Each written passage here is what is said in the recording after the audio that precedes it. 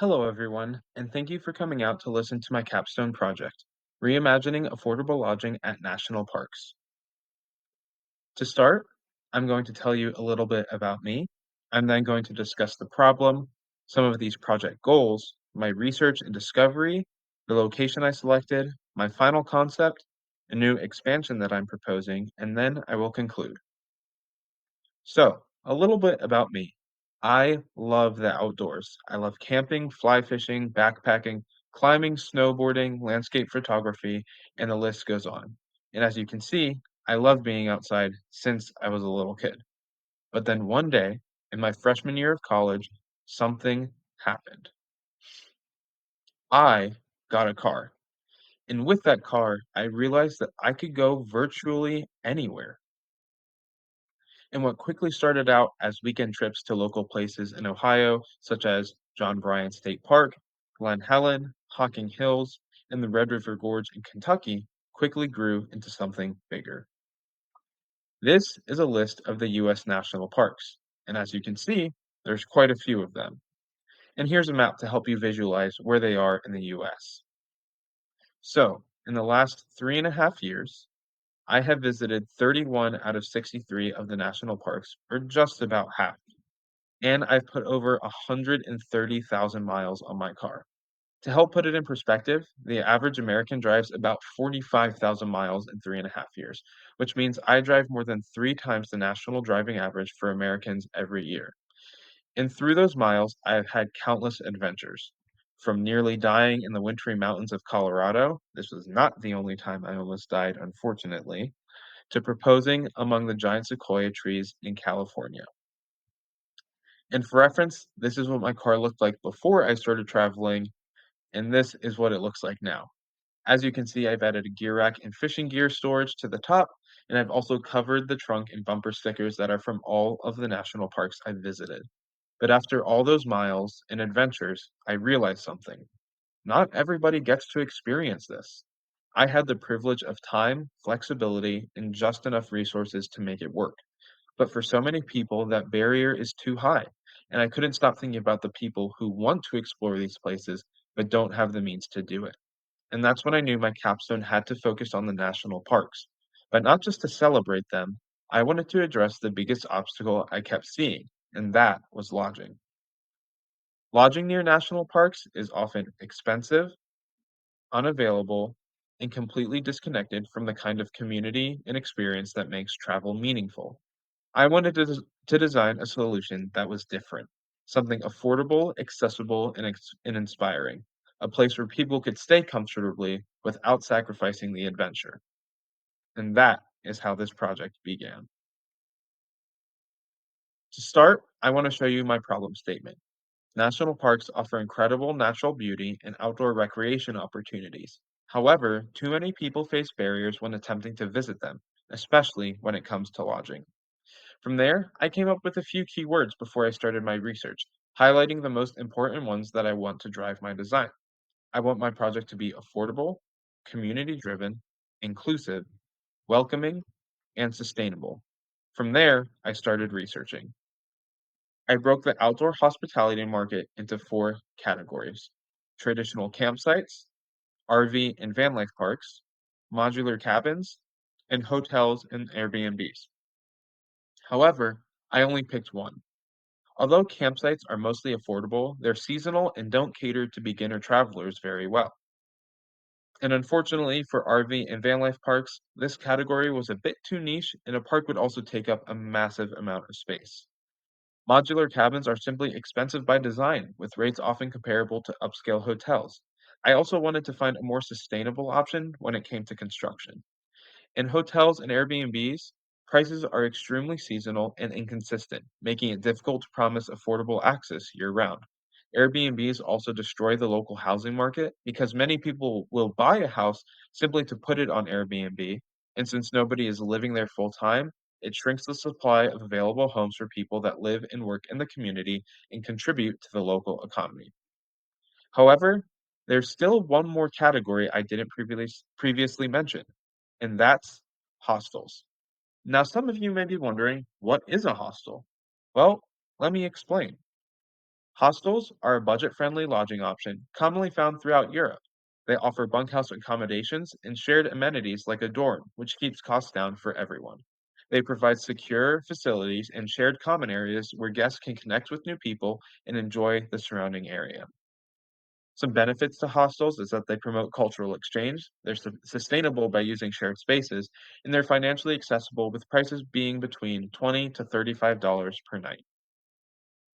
And there's a growing demand for budget-friendly travel options. The global hostel market in 2023 was valued at $7.5 billion and is projected to grow by 10% by 2030. The market is driven by young travelers like millennials and Gen Z who prioritize budget-friendly and social accommodation options. Now, I want to introduce you to my project brief. I want to design a hostel that is affordable, community focused, sustainable, and welcoming to all. The goal is to create a place near national parks that supports travelers, especially those who are young or budget conscious or new to the outdoors. By offering simple, functional lodging, my design encourages people to spend time out in nature. Now, I want to introduce you to lodge camps. Lodge, which is an acronym for Live Outside, Go Explore, is an outdoor focused hospitality group. They purposely place locations around national parks and other outdoor recreation areas, and they also target outdoor enthusiasts like road trippers and people that are more community minded. Some key features about Lodge and that I wanted to incorporate into this capstone was that they renovate old motels, which plays into the sustainability part of my brief. They offer shared spaces, which plays into the community first part of my design, like fire pits, communal kitchens, and lounges. And they also offer semi-affordable, gear-friendly lodging options. I reached out to their lead architect, Nadia Kolchitsky, and was able to get an interview with her. We talked about a lot about the design side of the company as well as the marketing and financial side of it. And these were the 3 points I wanted to highlight. First off, the design should be minimal but functional. This lowers the amount of things to do in the room, which in turn helps people to get outside and explore. Secondly, simple materials and local inspiration tie the space to its environment. And lastly, she told me to conduct a feasibility study of the site I selected because it would show how financially possible the project would be. From there, I started searching for a location. Some of the requirements that I had for this building was that it needed to be close to national parks. I wanted there to be a strong road trip culture in the town it was in. I also needed there to be gaps in affordable lodging options, and I wanted it to be accessible year-round when it came to weather. With those requirements in mind, I focused on the southwest region of the country. I conducted feasibility studies for the cities listed and buildings in the city, and eventually I settled on Moab, Utah, and for a few reasons. First off, it's the gateway to Arches and Canyonlands National Park, as well as the first stop when people attempt to visit Utah's Big Five national parks, which also includes Capitol Reef National Park, Bryce Canyon National Park, and Zion National Park. It also attracts a wide range of visitors. There's a strong adventure culture from ATVs to climbing and hiking. There's a very strong visual identity with the bold red rock landscape. And most lodging options in season are over $250 per night, with some hotels raising their prices to over $900 per night. For some more information about the town, its population is about 5,000 people, but they receive 3 to 5 million visitors annually. And because of this, there's not enough infrastructure in the town to support that many people. And because of that, all of the lodging options get very, very expensive. Now that I had picked a town, I needed to find a building. After some digging online, I found this Days Inn motel for sale on the north end of the town. All amenities such as gas and groceries are within 5 minutes of the site, and there's also an empty lot to the north of it, which offers a potential for expansion in the future. This is the master plan I created. It features the existing building towards the bottom of the sketch with the new expansion just above it. I also added a native plant garden in the front. Since the existing building was up for sale, I was able to get lots of interior images online. This is the exterior of the building, and this is the current lobby interior. As you can see, it's outdated. This breakfast area is messy and completely disorganized, and the bedrooms feel cramped from all the different colors that are clashing. And I wanted to change that. I started by creating a mood board and president images board to help understand what I wanted the space to feel and look like. I wanted it to be minimal, light, natural, and I wanted it to feel welcoming. From there, I created my materials board. As you can see, I'm incorporating lots of sustainable materials, such as wood, concrete, and this also helps keep the design minimal. I then contacted the Moab zoning department to get a hold of the architectural plans. Due to copyright issues, I was unable to get the exact floor plans, but with the help of my friend Chris Wharton at Spillman Farmer Architects, we were able to get the rest. After some ideation, I realized that the most sustainable option would be to keep the building as intact as possible without gutting too much of the interior. And this is my revised floor plan. For the second floor, I chose to keep it the same and only renovate the rooms. These would stay as private rooms for people that weren't yet comfortable staying in the hostel, but still wanted to check it out and meet new people. And here's a better of the first floor plan. As you can see, I've expanded the lobby and added a small coffee shop with seating to help pour back into the community. To the left of the lobby, I've added a retail space for newer hikers to have the option to purchase equipment. And to the right of the lobby is the communal kitchen space where people can come together to make meals and connect with each other. And just to the right of that, I've highlighted the main bunk room that we will be going over on the first floor. In the bottom right corner, we have a small lounge that features a game room and a movie theater. And in the bottom left is the storage area with lockers where people can keep their larger equipment like bikes. And now for the second floor plan. I've kept the main structure intact, but to avoid the space from feeling cramped, I've designed a lofted bed for the smaller rooms. And the larger rooms will stay the same size with the two queen beds. Moving on to the exterior elevations, to keep costs down, I didn't change the exterior face of the building besides changing the color to match the surrounding area better. These are the east and west elevations as well as an isometric view of the building. And now moving on to the interior, starting out in the lobby. Feel free to use the map in the bottom right of the screen to help you navigate through the building. As you can see, I've extended the lobby to add seating for the small coffee shop that doubles as the check-in desk. And then just to the right of the lobby, we have the retail space, where guests can go in and buy equipment like tents or backpacks, as well as food.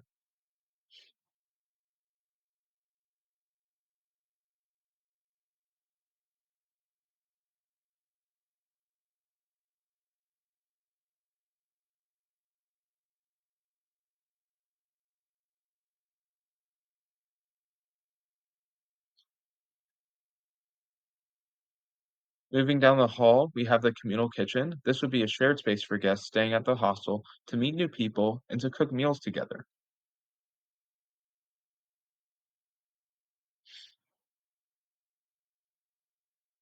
And here's a better shot of what that looks like.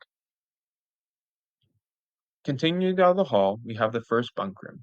This room features the four bunk beds, comfortably accommodating up to 8 guests. These rooms are ideal for solo travelers who don't know each other well yet, as well as larger groups traveling together who need additional beds. It features two lockable drawers under each bunk, as well as pegboards on the walls for extra storage. As you can see, the overall design is very minimal, reflecting the project's focus on sustainability while also encouraging people to spend as much time outdoors as possible. Moving toward the end of the building, we reach the communal lounge, which features a board game section and a small movie theater. I wanted to keep the space smaller, but still wanted to provide something for guests to do during inclement weather. And now, moving on to the second floor. The first room we'll visit features the new lofted bunk design. It can comfortably sleep three and also features pegboards to help store equipment. And finally, we have the double queen room. If you're wondering whether that's a hammock you see, it is. In larger rooms, Lodge likes to, quote, bring the outdoors in by adding hammocks and allowing guests to enjoy a traditionally outdoor experience even when the weather forces them to stay inside. I've also added a mural on the wall, and this was recommended to me by Aaron Welch at Rad Hostels in Colorado Springs. Adding art to the walls makes the space feel livelier and more dynamic without introducing additional physical objects into the room. In a quick cost breakdown, renting out one bunk in the hostel would be ideally $20, and renting out the whole room would be $80.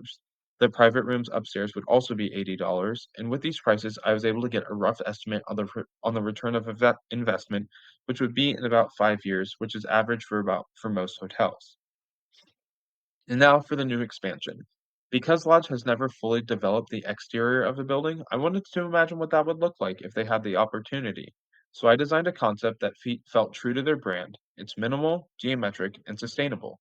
I started ideating and experimenting with different forms and eventually settled on this design. It's more modern and geometric, and I think it fits Lodge's brand pretty well. I then created a materials board. I wanted to use the sustainable materials such as concrete and wood to help tie it back to the design of the original building. And this is the master plan I created for it with the existing building just to the south. The site used to be an ATV rental space, and I wanted to bring that back. I also wanted to create a public space for people to get together to work or to just hang out and relax. This is the first floor plan, which features the ATV rental space. The top left room of the building is the check-in area, and just below that is the mechanical area where ATVs can be repaired if needed. And just to the right of that space is the main garage space. And lastly, we have the main entrance to get up to the second floor. For the second floor, I broke it down into two main sections: the outdoor and observation deck and seating area, and the indoor event space. Moving on to the building elevations, this is the south facing elevation. As you can see, I've added a live grass roof to the main event space roof, and this would help keep it cooler in the summertime. This is the north elevation, and these are the east and west elevations along with the isometric view, which shows the pergola I added to help with shading on the exterior section of the building. Now, as we move toward the main entrance, we can see the two elevators to the left as we walk through the doors, as well as the stairs to the right. If we were to go up the stairs and make a left, we'd walk past the two elevators and then through the double doors into the main event space. As you can see, there's lots of available seating, but I also envision this space being rented out for things like weddings and other large communal events. Now, if you were to make a right at the top of the stairs, that would take you to the outside. That would take you outside to the main observation deck, where you can look out and view the surrounding landscape. There's also outdoor seating and the pergola offers shading for those hot summer days. Moving on to the exterior. As you can see here, I've kept the original Days Inn sign and repurposed it with Lodge's branding. I've also added public native plants garden for visitors who want to learn more about the surrounding landscape. Here is a final shot of the existing building and a final shot of the new building. To put it all together, I wanted to do a final render with the topography in the background that was accurate to the actual site topography in Moab. It also offers an incredible view from the new observation deck. As I wrap up, I want to leave you with this. Traveling to our national parks has slowly become a privilege, something only those who can afford high lodging costs can realistically do. And that's not how it should be.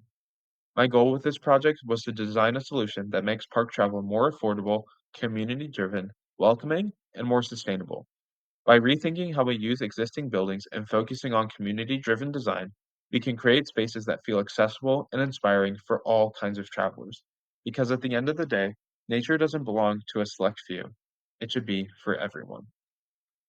I want to thank Carlos Chang and Gabriel Pyle, my two advisors for this project, Nadia Kolchitsky at Lodge Camps, Chris Wharton at Spellman Farmer Architects, and Aaron Welch at Rad Hostels in Colorado Springs. Without them, this project wouldn't be possible.